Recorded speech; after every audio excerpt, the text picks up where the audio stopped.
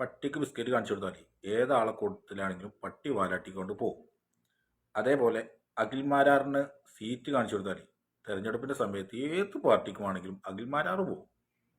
Video കണ്ടു ശ്രദ്ധിച്ചാൽ മനസ്സിലാവും BJPയുടെ വളർച്ചയോട് കൂടിയിട്ടാണ് ഈ രാജ്യത്ത് ഭീകരമായ വിഭാഗീയത സൃഷ്ടിക്കപ്പെട്ടത്. ഭീകരമായ വിഭാഗീയത. അപ്പം അതായത് ഇപ്പം BJPക്കാർ പോയിട്ട് മുസ്ലിം സമുദായത്തെ ഇല്ലാതാക്കുമെന്നോ അവരെ കൊല്ലുമെന്നോ എന്നുള്ളതൊന്നുമല്ല. പക്ഷെ രണ്ടുപേർ തമ്മിൽ കാണുമ്പോൾ സംശയത്തിന്റെ കണ്ണോട് കൂടിയിട്ട് നോക്കാൻ തുടങ്ങും.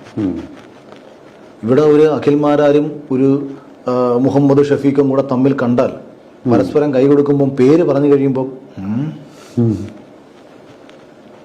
ശരിടാ കാണാം എന്ന് തോന്നിപ്പിക്കത്ത കാലം യവൻ സുഡാപ്പിയാണോ, സംശയം യവൻ സംഖ്യയാണോ, കുറി ഇട്ടിട്ടുണ്ടല്ലോ, ഇവന്റെ നെറ്റി തഴമ്പുണ്ടല്ലോ, ഇവൻ താടി വളർത്തിയിട്ടുണ്ടല്ലോ.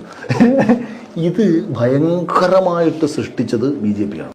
അതുപോലെ തന്നെ സവർക്കർ എന്ന് പറയുന്ന മനുഷ്യനെ ഞാൻ റിപ്പീറ്റായിട്ട് അദ്ദേഹത്തിന്റെ ജന്മദിനത്തിനൊക്കെ ഞാൻ ആശംസാ പോസ്റ്റുകളൊക്കെ എഴുതിയ സമയത്തൊക്കെ എനിക്ക് ഭയങ്കരമായിട്ടുള്ള ആക്ഷേപങ്ങൾ വന്നിട്ടുണ്ട്.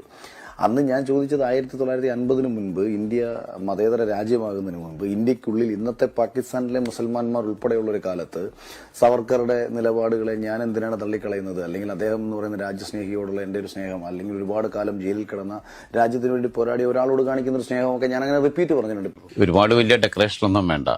അഖിൽ കോട്ടാത്തറ, അതാണ് അഖിൽമാരാർ എന്നുള്ളത്. ഞാൻ എന്റെ വിമൽകുമാർ എന്ന് വിളിക്കുന്ന പറഞ്ഞ പോലെ അവന്റെ പേരാണ്. ഈ അഖില് ചാനൽ ചർച്ചയിൽ കൂടിയൊക്കെ കടന്നു വരുന്നത്. ആ സമയത്ത് സംഘവിരുദ്ധ രാഷ്ട്രീയത്തിന്റെ വക്താവായിട്ട് സംസാരിച്ച ആളാണ് അഖിൽ കോട്ടാത്തറ. അഖിൽ കോട്ടാത്തറ പിന്നീട് പറഞ്ഞു, ഞാൻ ബിഗ് ബോസിൽ പോകത്തില്ല, എനിക്ക് എത്ര കോടി തരാന്ന് പറഞ്ഞാലും ഞാൻ പോകത്തില്ല. വിളിച്ചപ്പം പറഞ്ഞ ബിസ്ക്കറ്റ് കാണിച്ച് വിളിച്ചപ്പോൾ കണ്ടോ പട്ടി പോകുന്ന പോലെ പുറകെ പോയി വിൻ ചെയ്യുകയും ചെയ്തു.